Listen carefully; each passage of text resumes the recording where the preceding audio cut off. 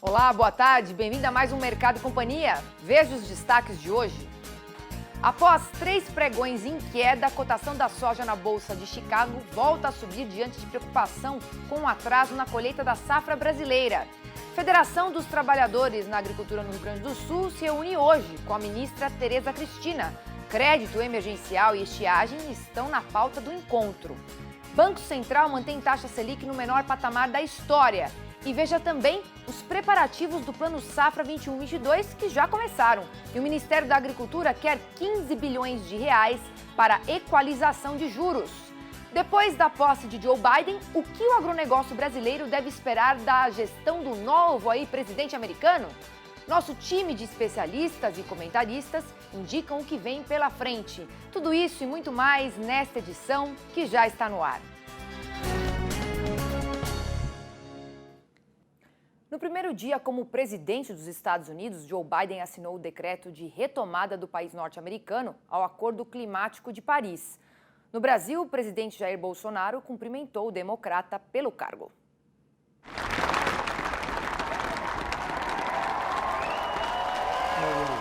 A cerimônia de posse de Joe Biden ocorreu na tarde de ontem no Capitólio, em Washington. Kamala Harris também assumiu o cargo de vice-presidente do país. No discurso, Biden fez um apelo à união dos americanos para enfrentar as crises econômica, sanitária e política e comemorou dizendo que a democracia prevaleceu. Democracy has prevailed. Uma das primeiras medidas tomadas por Biden foi a reintegração dos Estados Unidos ao Acordo Climático de Paris. O ex-presidente Donald Trump havia deixado o tratado em 2017. Além da retomada ao acordo, o democrata também assinou outras 15 ordens executivas nas primeiras horas de mandato. No Brasil, o presidente Jair Bolsonaro cumprimentou Biden pelo cargo. Em carta enviada ao democrata, Bolsonaro afirmou que os dois países têm construído uma ampla e profunda parceria. Ressaltou ainda que o Brasil está pronto para continuar a cooperação em prol do desenvolvimento sustentável e proteção do meio ambiente, em especial da Amazônia. No último ano, os Estados Unidos foi o segundo maior parceiro comercial do Brasil, ficando atrás apenas da China no faturamento das exportações totais, de acordo com dados da Secretaria de Comércio Exterior do Ministério da Economia. Nos embarques do agronegócio, houve crescimento em volume de 6,2% na comparação com 2019, mas recuo de 2,9% em receita. O cenário inverso também aconteceu. O Brasil comprou 5,8% a mais de produtos do agronegócio americano no último ano, só que o faturamento registrou queda de 7,6%. E neste momento fica a dúvida, o que o agronegócio brasileiro deve esperar da gestão de Joe Biden? E quem responde isso para a gente é o Marcos Young, coordenador do Insperagro Global. Marcos, boa tarde, seja bem-vindo. Como deve ficar a relação comercial do agronegócio entre Brasil e Estados Unidos a partir de agora? Boa tarde, é um prazer estar com vocês, Priscila, e justamente nesse momento em que a gente tem essa troca nos Estados Unidos, que é tão importante para o mundo, né? Eu acho que essa volta dos Estados Unidos ao tema internacional, a concertação internacional lá dos países, buscando seus aliados, é bastante positiva, porque a gente precisa ter um sistema baseado em regras. Isso vale para a questão climática internacional, que o Brasil tem mais oportunidades do que ameaças, no meu ponto de vista, mas também para a questão de comércio. Eu vejo que os americanos voltarão à discussão lá na OMC, tanto em termos de reforma da organização, como em termos de trazer o tema climático para dentro das questões lá de comércio. Eu vejo que isso é muito importante para a gente, para não ter arbitrariedade. Em relação à questão bilateral com os Estados Unidos, realmente a gente tem nos Estados Unidos um grande concorrente e muito pouco em termos de clientes, certo? A gente exporta 5 bilhões de dólares para os Estados Unidos por ano e exportamos 36, 37 bilhões para a China, né? Então é muito menor e esse comércio não tem crescido, mas eu acho que nós temos uma agenda com os Estados Unidos que não é do comércio bilateral, mas é de um posicionamento com os Estados Unidos no mundo, porque nós somos os 2 maiores produtores de commodities agropecuárias. O tema de segurança alimentar global é um tema comum para os 2 países, incluindo todo esse esforço multilateral que eu falei, na questão principalmente de acesso a mercados, de redução de subsídios, de barreiras não tarifárias, principalmente na questão sanitária. toda a questão de inovação e de pesquisa, que a gente pode cooperar com os Estados Unidos. Já temos uma ligação de décadas com os americanos, por meio de professores e alunos que foram estudar nas escolas americanas. Temos que incrementar essa relação, a questão de agricultura 4.0, a questão de biocombustíveis, que é uma agenda climática fenomenal, certo? A gente sabe que Brasil e Estados Unidos são os 2 maiores produtores do mundo, tem programas muito sólidos. Por que não expandir junto esse mercado em outros países? E mesmo a questão da comunicação sobre o que é tecnologia moderna, intensiva em agricultura. Eu acho que a gente tem uma agenda muito forte que pode ser trabalhada, principalmente em relação a terceiros países. Marcos, a gente sabe que na gestão Trump, a guerra comercial com a China favoreceu o setor agrícola brasileiro. Esses benefícios devem diminuir com Biden na Casa Branca? Olha, eu acho que a gente se beneficiou da guerra, mas uma guerra comercial nunca é boa, né? Em todas as guerras comerciais que houve pela história, a humanidade saiu perdendo. E nesse caso, além dessa guerra não ter acabado, né? Porque eles fizeram um acordo em janeiro do ano passado, mas esse acordo não foi cumprido, a negociação continua, mas se um pouco mais à frente eles se acertam com a China, tomara que isso não seja bilateral, que isso seja multilateral, que isso seja construído dentro das regras lá da OMC, né? Porque aí vale para todos os membros, né?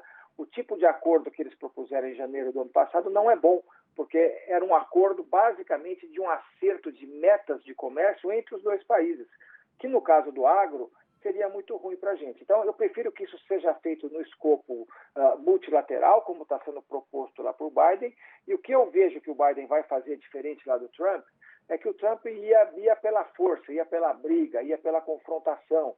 Eu acho que agora muda a forma. A forma é muito mais de diálogo, de concertação, de formação de alianças, né? Então, eu acho que o conteúdo da briga Estados Unidos-China vai continuar por longo prazo e muito além de agricultura. Mas a forma muda muito no governo Biden, certo? E você vê pelas pessoas que ele colocou lá. O John Kerry, que foi candidato a presidente lá dos Estados Unidos pelo Partido Democrata, vai ser o grande negociador de clima do governo americano, vai retomar todas as conversas internacionais na OMC e na Conferência lá do Clima. A Catherine Tai, que é uma pessoa que fala mandarim fluente, que assume o Departamento de Comércio, que vem já lidando com a China há vários anos. E o Tom Vilsack, que foi secretário de Agricultura dos Estados Unidos no governo Obama, que conhece profundamente o Brasil, o programa de biocombustíveis, e eu acho que é com ele que nós temos que construir uma posição comum com os Estados Unidos em favor de biocombustíveis na arena internacional. Marcos, você inclusive já mencionou, né, que uma das primeiras ações de Biden foi recolocar o país no Acordo Climático de Paris, que estabelece medidas de redução de emissão de gases estufa. Esse é um sinal, então, de que a questão ambiental vai ser uma bandeira do novo governo? Eu não tenho a menor dúvida, né? Isso vai se refletir em outras áreas, política, comércio, etc. Eu vejo que os americanos vão fazer grandes transformações internas, né? Estão falando em investimentos de 2 trilhões de dólares na questão climática e vão pressionar outros países a irem nessa direção. E veja só, o que está acontecendo hoje? Eles vão se alinhar muito ao discurso europeu, certo? Que é um discurso que, no caso nosso, é muito negativo em relação a desmatamento aqui no Brasil. Desmatamento descontrolado, que é essencialmente uma função não realizada da política pública, né? Está faltando a gente fazer mais comando e controle, está faltando a gente fazer a regularização fundiária, que até hoje não foi feita, ou ambiental, que é a implantação lá do Código Florestal. Eu acho que vai ter mais pressão, vai ter pressão tanto dos Estados Unidos como da Europa nessa direção. Mas, por outro lado, quando a gente vê, por exemplo, a agenda de biocombustíveis que eu mencionei, é uma grande oportunidade. E 73% das emissões do mundo estão ligadas à energia e a transportes. Portanto, é uma agenda muito positiva para a gente se forem implementados programas de energias renováveis pelo mundo. Mas a gente tem que resolver esse problema histórico nosso, que é o combate à ilegalidade no desmatamento. Yang, você acha que a pecuária de corte do Brasil vai ser o setor mais pressionado por essa nova gestão de Joe Biden, na sua avaliação? Eu acho que vai. Eu acho que junto com a soja também, sabe? Porque são as 2 atividades mais presentes no bioma amazônico, né? E a gente sabe que o foco principal, ainda que eles queiram falar agora sobre cerrado também, que é uma discussão complicada, né? Mas na questão de bioma da Amazônia, E eu acho que essas duas atividades são aquelas que vão estar sob fogo cerrado. A soja já fez diversas ações e já não cresce mais naquela região, ainda que exista 10% de soja no bioma da Amazônia, mas a pecuária me parece que até por ela estar muito mais presente, ter toda essa questão do boi indireto, né? A questão de você conseguir rastrear o boi desde a origem para saber se está ligado lá com o desmatamento ou não, eu acho que esse tema vai ser muito forte nesses próximos anos. E o que eu tenho dito, e falei ontem mesmo num artigo lá para a Folha, é que a gente não pode aceitar a ideia de banimento, certo? O Brasil tem uma produtividade super alta, que nem outro país tem, não faz sentido o Brasil ser banido como querem alguns países, e é o que foi dito lá pelo presidente Macron da França, né? Eu acho que o que a gente tem que fazer é monitoramento, né? É a gente saber controlar melhor a origem dos nossos produtos, né? E atender a segmentos de clientes lá fora que estão pedindo essa característica, querem saber de onde vem a soja, de onde vem o boi. Isso é uma questão que a gente vai ter que atender, até porque eles são os nossos clientes, né? Então, acho que é importante a gente fazer esse avanço, né? Tanto lá do setor privado, trabalhando no rastreamento, na certificação, como do setor público, investindo na regularização ambiental fundiária e no controle do desmatamento ilegal. Marcos Young, te agradeço aqui, em nome da equipe do Mercado e Companhia, pela sua atenção. Uma boa tarde e até a próxima. Muito obrigado, eu estou sempre à disposição de vocês. E sobre a posse de Biden e o futuro da relação comercial com o Brasil, nós vamos conversar agora com o nosso comentarista, lá, Benedito Rosa, direto de Brasília. Benedito, uma boa tarde. Como que você avalia essa nova conjuntura internacional? Seja muito bem-vindo. Boa tarde, Priscila Paiva. Boa tarde a todos que acompanham o Mercado e Companhia. Eu avalio estas mudanças no governo dos Estados Unidos como de grande influência, não só no Brasil, mas no mundo, em termos de agricultura, de agronegócio e em termos econômicos em geral. O novo secretário da Agricultura, Tom Vilsack, ele foi o secretário durante 8 anos no governo Obama. Portanto, não deverá haver mudanças substanciais aos princípios, programas, prioridades que ele já tinha antes, salvo na área ambiental. Então, essa mudança vai sim impactar a formulação de políticas para a agricultura no Brasil, uma vez que deveremos assistir nos próximos meses uma revitalização da OMC, quer dizer, as questões de grande importância para a exportação agrícola do Brasil, como frango para a Indonésia, a exportação de açúcar subsidiado da Índia, que tanto prejudica o Brasil. Questões como essa estavam sendo tratadas bilateralmente, uma vez que os Estados Unidos estavam literalmente boicotando a OMC. Isso vai mudar, vai nos ajudar muito.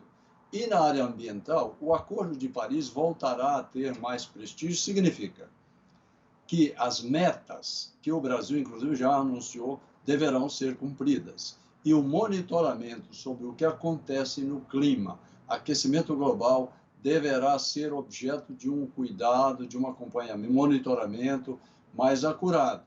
Isso quer dizer que, não só nos Estados Unidos, estão sendo anunciados programas para geração de energia limpa, pode ser que nós tiremos proveito disso, e não só em termos de financiamento, mas uma abertura de uma nova forma de trabalhar o tema de energia, implicando no mercado de trabalho, que vai ser positivo para o Brasil e para o agronegócio, já que o custo da energia é um dos itens ruins que incomodam os agricultores do Brasil. Rosa, direto de Brasília, eu agradeço a sua participação aqui com o Mercado e Companhia. Uma ótima tarde e até a próxima. Até a próxima, boa tarde. Sentiu falta de algum conteúdo? Acesse canalrural.com.br.